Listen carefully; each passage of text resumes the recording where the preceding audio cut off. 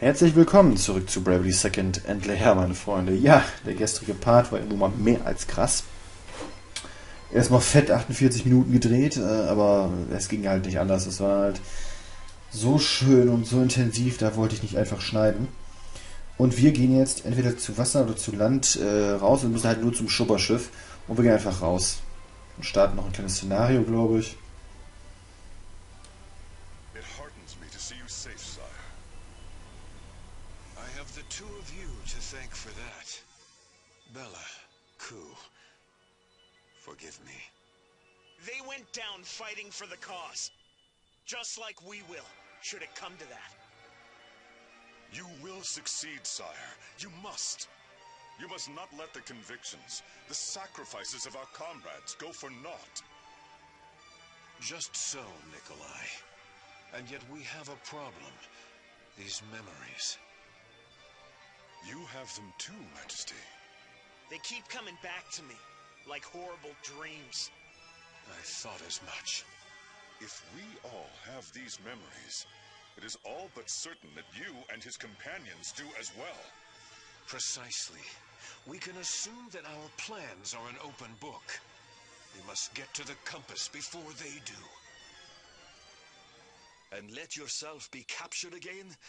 I think not, Your Majesty. Stay here, sire. I shall claim the compass. Our foes expect us. That will give them the advantage, even over you. I am aware of the danger. Weighed against our cause, this life means nothing to me. Geist! This is no time to waver. You have a mission, to wield the compass and do what must be done. You risk your life for your cause, as well you should. So it falls to me, your loyal servant, to risk my life to deliver the compass to you. My friend, I will not let your devotion, your deep convictions be in vain.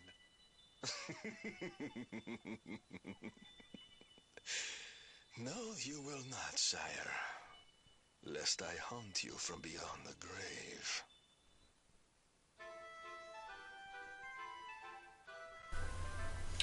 Tja, Leute, und jetzt gibt es natürlich den ersten dicken Schock. Was ist denn mit der fucking Karte los? Ja, Freunde, es ist nämlich so... Kopfhörer sitzen ziemlich stramm am Ohr, weil ich alles am Stück aufnehme. Es ist nämlich so, dass wir jetzt sämtliche Nebenmissionen noch einmal machen können und uns den jeweils separaten Beruf Asterisken aneignen können. Das bedeutet, wir können tatsächlich alle Szenarien noch einmal spielen, allerdings stark verkürzt. Ich glaube, die sind wirklich alle stark verkürzt. Und es steht dann ein etwas schwierigerer Kampf gegen jeweils anderen Asteriskentypen an. Personen, von denen wir auch den Asterisken bekommen, was uns am Ende dazu bringen wird, dass wir wirklich alle bekommen können. Das heißt, in den nächsten 2, 3 Folgen wird es wohl so sein, dass wir die Asterisken abarbeiten. Und ich achte diesmal ein bisschen mehr auf die Zeit. Das heißt, es kann auch mal gut sein, dass wenn ich jetzt 2 Asterisken habe und es sind gerade 17 Minuten rum, mache ich einen Schnitt. Ja, jetzt ein bisschen drauf achten. Ich meine, 48 Minuten war deutlich zu viel. Ich meine, klar, das ist der Plot-Twist gewesen von der ganzen Geschichte. Klar, dann ist der Part auch mal länger. Aber das wird kein Standard. Da seid schon mal drauf gefasst. Ne? Nur mal so als Hinweis. Ich werde mich jetzt natürlich auch von Bereich zu Bereich vorarbeiten. Das heißt, ich fliege schon mal in die Richtung. Wir fangen hier unten an. Ja, wir können auch ins Kauland gehen. Da müssen wir auch mal lang.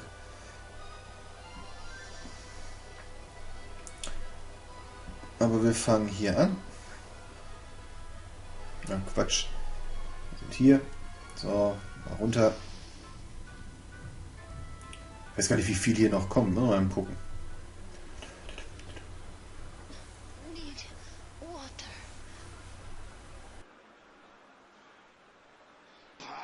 They just keep coming. Go on, after her.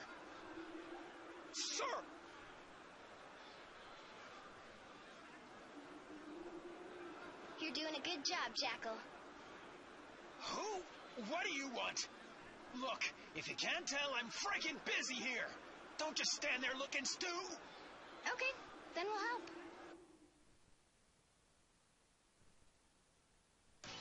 Wow, you're really in charge here. Yeah, well, just call me head of desert security. A no-good ruffian like myself. Moving up in the world, aren't you? Water's still a problem, though. I suppose you know who is in our campus now, looking for the Wellspring Gem.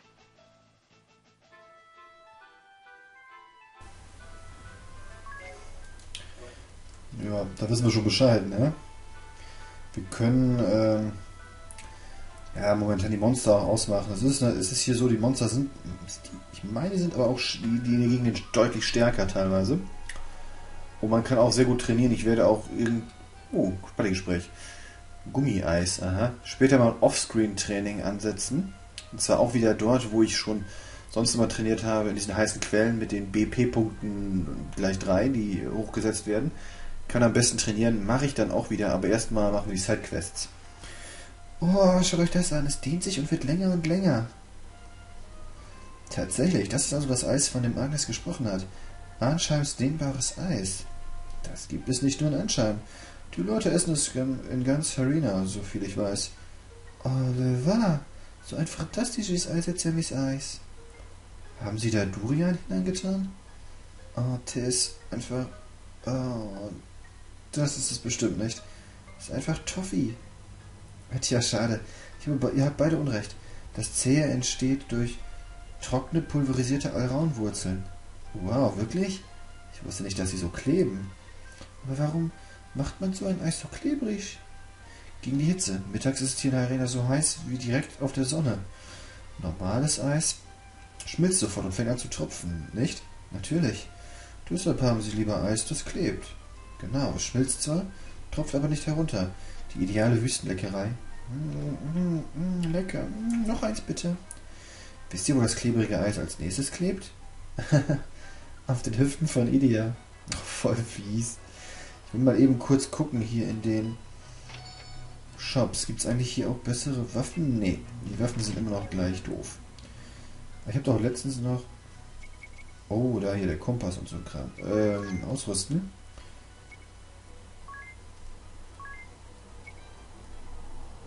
Oh, der Speer sieht cool aus. Krass. Okay, bringt uns allen aber nix. Mir fällt gerade ein, dass ich da noch einen pennen sollte, wenn ich das schon sehe. Wir sind geschwächt. Das müssen wir ja nicht unbedingt haben.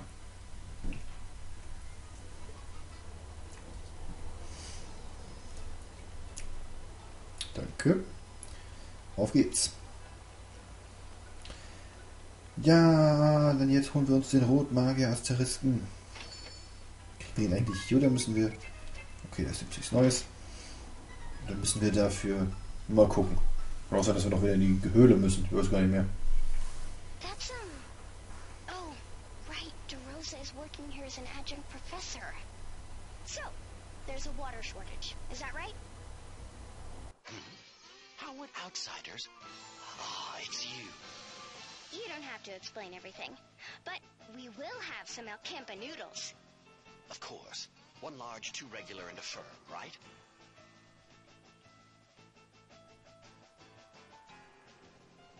No matter how many times I hear it, I just can't get over it. You really are an adjunct professor, aren't you? Indeed, just as I said. I know what I know, and I put it to good use. Yeah, what about the water? Another bowl! And extra noodles! Hey, Idia! Watch it with the soup already! We haven't found the water we need for the refinement process. That bowl. So creamy and rich. Cook, more for me too. If that's alright. Of course. Be my guest. It's even spicier than I remember. So, you're still trying to harness somnial energy? As I recall, it's more stable than the crystals and could help bring peace and prosperity to the world. But during refining, the energy is highly unstable, The slightest error could wipe out a city, right? And you want to harness this energy to, why was it again? Though it may seem out of character for me, it is purely in the pursuit of science, and to sate my curiosity. Glad to hear it. All right, then. You? Shall we tell him? There's going to be a lecture on the Wellspring Gem, an ancient relic said to produce vast quantities of water. What's this? And you're willing to share this information with me?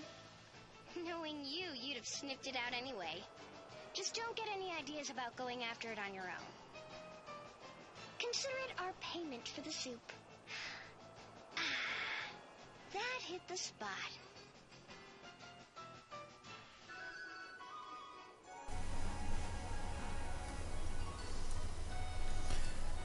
Ja, der muss auch sagen, gut, das hier ist jetzt so eine Quest, da schleicht es sich jetzt noch so ein bisschen durch. Aber And so, in a very real sense, it was the Wellspring Gem that allowed the Harina dynasty to grow and indeed prosper. Further illustrated in the desertification of the continent and the loss of this ancient treasure, spelling the dynasties. Oh, there's the bell. We'll pick up where we left off next time.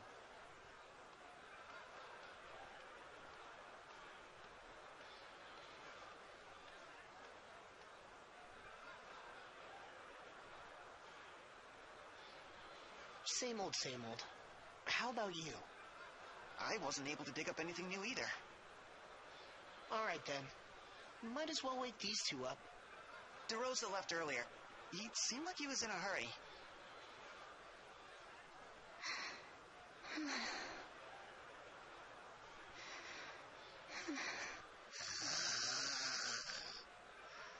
can't eat another slurp. Well, maybe one more bowl. And... make it a large. Good grief.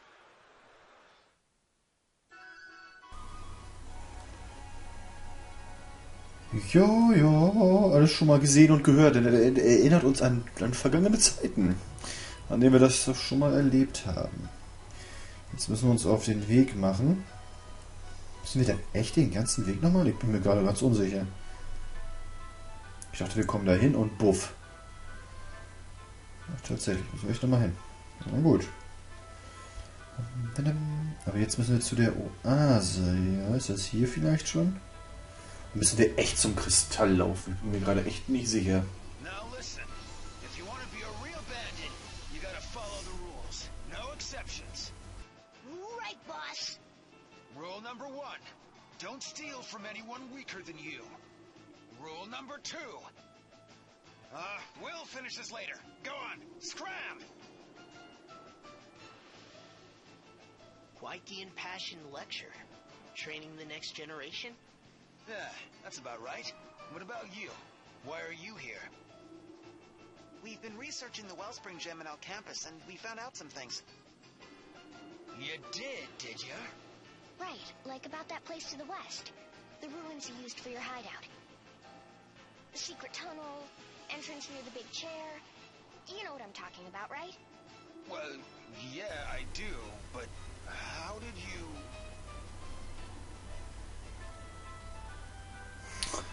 Woher wisst ihr das alles? Lalala. Ja, ist gut. Dann gehen wir einfach mal rein. Ich weiß gar nicht. Ja, ihr seht jetzt schon von den Leveln her 47 bis 53. Das heißt, die Gegner hier sind schon einiges stärker. Ich mache das jetzt aber so, dass ich diesen Dungeon hier einfach durchrennen werde. Ja, ist richtig.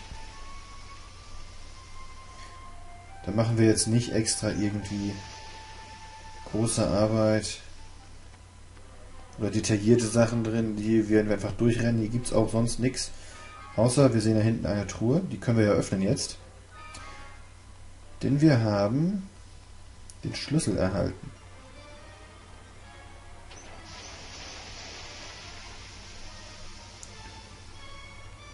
wollen wir mal schauen. Das müsste eine blaue, genau. Yoshis Bogen. Yoshis Bogen, ja genau. Gucken wir mal eben. Bogen eines legendären Spitzenschützen. Das sind wirklich richtig gute Sachen. Und da werde ich wahrscheinlich dann auch nochmal einen extra Part einlegen, indem ich nur diese Truhen einmal öffne. Oh, ein Fuchs. Na ja gut, dann komm. Dann gibt es noch ein extra Szenario. What is it, you? It's just Professor DeRosa and the Jackal. I could swear that I've met them before. I just can't remember when or where. Are you sure? Both of them? Maybe you ran into them when you were studying at our campus. I don't know about that. Jackal was busy causing trouble here. And you graduated long before DeRosa joined the faculty. Right. It's just so strange. Men of such noble spirit should have made a strong impression on me, so why can't I recall them more clearly? Noble spirit, eh? Well, yes. The Jackal selflessly helps the people of the desert, protecting them from peril, while DeRosa devotes his life to seeking a new energy source that will bring lasting peace and prosperity. I mean, what could be more noble than that? You're right, but they did seem a bit rough around the edges. Yeah, and there's a good reason for that.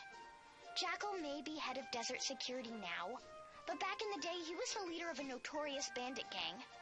He attacked innocent people who came to the oasis for water and stripped them of all their money.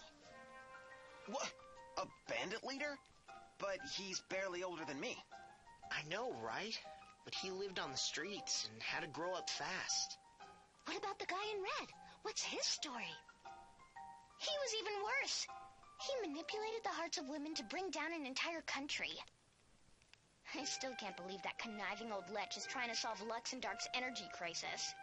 Yeah, I know that people can change, but I have a hard time buying the new versions of those two. Mais je suis impressionnée. You have such interesting friends. But I'm worried there's going to be trouble if they're both seeking the same relic. Yeah, especially after what you just told us. It reminds me of the hooligans who used to lurk in the back alleys of our campus. Yeah, those two definitely fit the bill. Right. Just like the crooks I used to chase down in the back alleys of Eternia. Did those hooligans on our campus ever hurt you? Yes, but I always got them back. Or, well, Jan did. Das ist jetzt doch wieder nicht so geplant, wie ich mir das vorgestellt hatte, ne? Ich dachte ja eigentlich, so noch 17 Minuten machen wir Partende. Es wäre aber scheiße, das hier, Entschuldigung, wäre jetzt blöd, das jetzt hier zu beenden. Deswegen machen wir diese Etage einfach noch mit durch, beziehungsweise diese Sidequest. Ja, führen wir einfach so lange durch, bis es fertig ist. Ne? Ja, ansonsten ist das auch blöd. Wenn ich jetzt abspeichere und den Part beende, haben wir den nächsten... Ja, nee. Dann machen wir die Sidequest hier zu Ende und beenden dann schön den Part und sind auch alle zufrieden. So, komm. Drauf jetzt.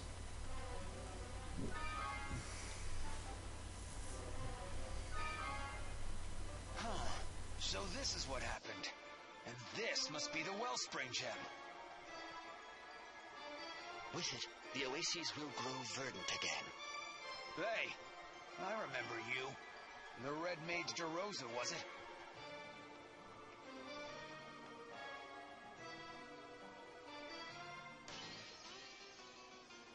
Eureka! The Wellspring Gem. The key to producing safe, stable, somnial energy. So it was worth it after all, to brave the desert sands and follow you to these ruins. What are you going on about? Like heck if I'm gonna hand the gem over to some decrepit con artist. It stays here in the desert, where it belongs. No, the Wellspring Gem belongs to all humankind. I'll not see it wasted on sand-for-brains wretches clinging to a life they should have abandoned long ago. Hey, you lot, don't just stand there. Tell this madman what the deal is. We came here to bring water back to the people who need it most, right? Come on, tell him! Idia, as daughter of the Grand Marshal, I know you will not be swayed by crude emotion. You understand that I do what I do for the future of this world. Join me, and we will silence the Jackal. Oh, you want a piece of me, old man? Why, you insolent little...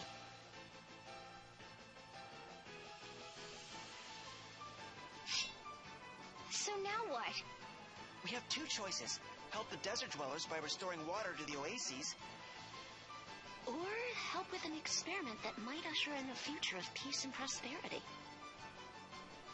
Do we protect the desert oases and fight Red Mage DeRosa? Or do we fight the bandit Jackal in hopes of harnessing somnial energy? Our choices are clear, but which is the right one?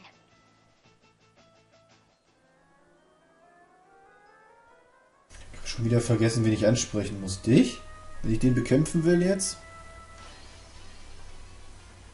What's this? You dare to stand in the way of progress? Besiege den Rosa, um den Rotmagier-Asteristen zu erhalten. Bitte, Rotmagier DeRosa.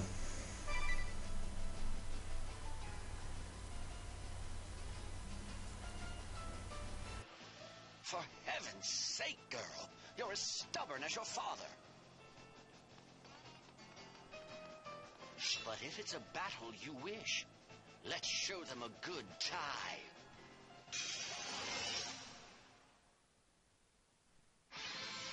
And here I was doing honest work for a change. Oh well, it's been a while since I could let my hair down. Please don't mistake the Red Professor for some fusty old academic. The former captain of the Blood Rose Legion is as virile as ever. Red Mage Fiore DeRosa will take you down for science. Ja, dann geht's jetzt los. Gleich mal volles Met draufhauen. Nochmal hier Nebel.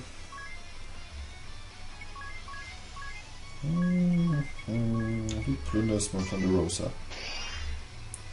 Pilzkuss gestohlen, naja gut. Ja, die sind natürlich jetzt im Vergleich zum ersten Run, sind die natürlich deutlich stärker. Leuchten. Ach, Lichtangriff. Jo, macht aber gar keinen Schaden. Nice. Ja. Oder macht der Magier so viel Damage? Ich bin ja beeindruckt. So, dann Weißmagie. Dann mal einfach hier Aeroga. Seisra. So. Wir können einfach unsere Standard-Zauber hier einsetzen. Die können eigentlich kann DeRosa nichts, was uns wirklich gefährlich werden sollte. Deswegen hauen wir einfach drauf. Betörender Duft.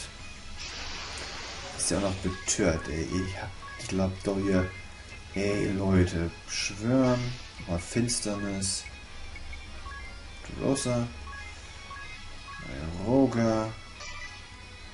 Jetzt gar nicht wie Gravitas. Ja, ist klar.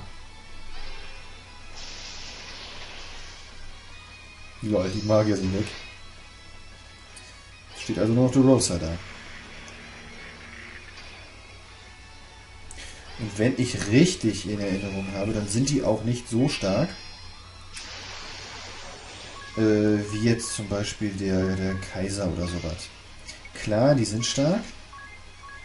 Aber die sind, glaube ich, nicht immer in Ansätzen so stark, dass es... obwohl, nee, Aeroga ist in Ordnung. Ach, guck, ist auch wieder soweit. Die sind nicht in Ansätzen so stark, dass sie uns... dass die jetzt ewig viel KP, also HP haben. Es sollte eigentlich relativ schnell gehen, jetzt DeRosa zu besiegen. Hoffentlich. Hier sieht ja wohl Entzug und sowas, der macht seine Zauber, klar, die machen Damage, aber das ist jetzt nicht wirklich beeindruckend. Oh, wie Tage einfach mal was können. Dann sollte DeRosa auch gleich zusammenbrechen. Rein theoretisch. Wie Kuhulin und Bella, die zusammen eingebrochen sind. Hihihi.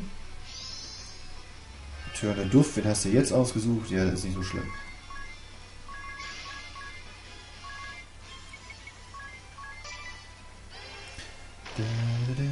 Lol. Der greift sich einfach selber an. Na komm, Rosa, gib auf. Du siehst doch, dass du gar nicht gewinnen kannst. Er klammert sich ans Leben, ne? Du machst das, du machst das, du machst das. Na komm. Rache. Temposchlag, willst du mich verarschen? Du mieser Sack. Ne, Ju ist nicht bitter, das ist schon mal gut. Herzengel, Idea.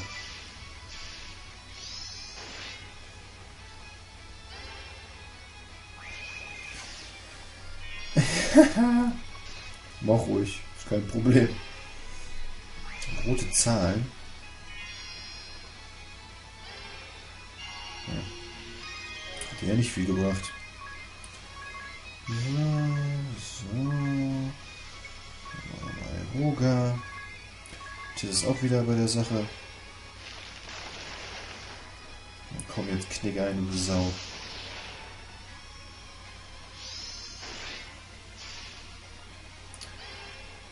Gibt's doch nicht. Dann hält er das auch noch durch, ey. Doppelschaden.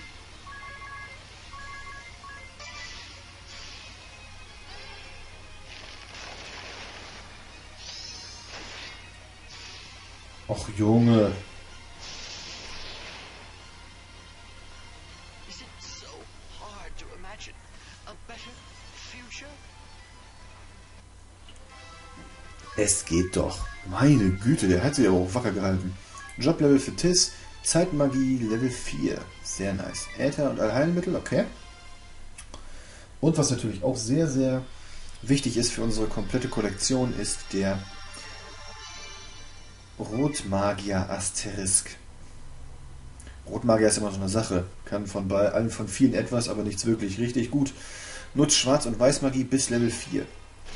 Erhält gelegentlich BP mit allen Waffen gut. Spezialrache, Jobgeschickt, SW-Magie. Oh, Mittelding, ne? Ja, und jetzt gibt es halt noch die Rest-Story von der anderen Seite gesehen. The water's practically gushing out of the ground. Truly, this oasis is our spring of life.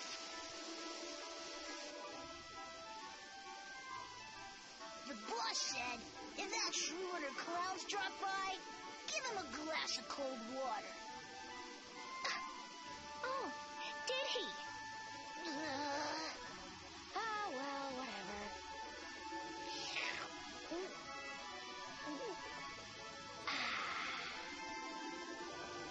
Now that's refreshing. Come on, everyone. Bottoms up.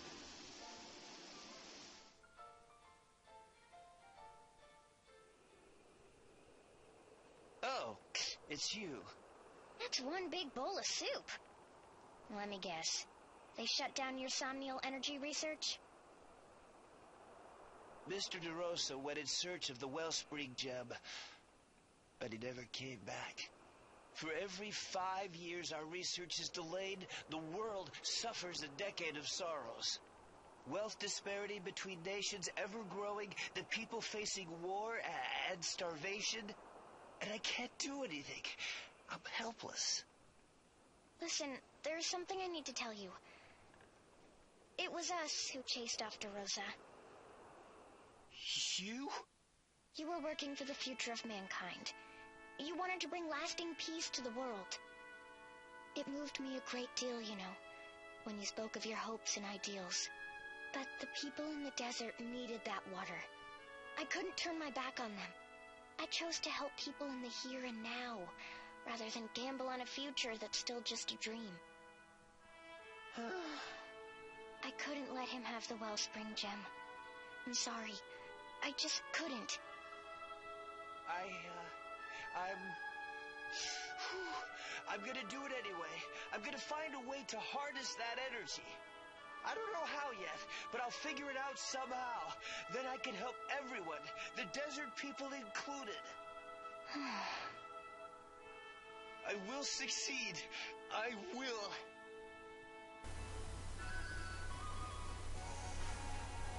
Du hast sich aber ein Ziel gesetzt, du. Ja, damit haben wir die erste Sidequest abgeschlossen. Dann gehen wir doch mal einfach mal gucken und gucken uns den roten Magier mit seinem Röslein doch mal an. Das sieht so scheiße aus, ne? Ja, Rotmagier. Schwarz-Weiß-Magie Level 1. Vita, Aero, Feuer und Eis. Medica, Engel, Blitz und Osmose. Blattwände. Erhöht die BP um 1, wenn einem feindlichen Angriff ausgewichen wird. Lässt sich ganz gut mit dem Ninja-Attribut zum Beispiel verbinden. Vita, Aurora, Feuer und Eisra. BP-Regeneration. Erhöht die BP um 1, wenn ein Statusleiden ertragen werden muss. Vidgra, Mediga, Blitzra und Entzug. Rache. Es besteht eine 25%ige Chance, dass du 1 BP erhältst, wenn du Schaden erleidest. Schaden durch Gift und Erfrierung löst den Effekt nicht aus. Das ist schon relativ nice, muss man sagen. Unnachgiebig. Es besteht eine 75%ige Chance, dass deine BP um 2 erhöht werden, wenn deine TP unter 20% sinken. Das Verwenden von Fähigkeiten, die deinen eigenen TP verbrauchen, löst diesen Effekt nicht aus. MP-Notfallplan. Verringert die MP-Kosten für Zauber auf 0, wenn deine TP unter 20% sind. Rote Zahlen erhöht den verursachten Schaden von Zaubern, wenn du negative BP hast. Ist ja von BP von 0 bis minus 4 steigt das jeweils um 1,1. Das ist gar nicht, also die Sachen sind gar nicht so schlecht, muss man sagen, die Zauber, beziehungsweise die Fähigkeiten. Ja, aber es lohnt sich nicht wirklich, weil es Besseres gibt zu diesem jetzigen Zeitpunkt und es auch Besseres im weiteren Verlauf gibt. Was sich halt nicht lohnt. So. Jetzt sehe ich gerade, dass hier noch beim Mond ein Upgrade ist. Dann machen wir das doch erstmal eben. Denn wir wollen ja möglichst den Mond voll haben. Ne? Lange dauert es nicht mehr. Gut, beim nächsten Mal, Freunde, geht es dann weiter mit den Sidequests. Und vielleicht schaffe ich es dann mal, die Zeit einzuhalten. Naja, gut. Bis dann, Leute. Macht's gut. Ciao.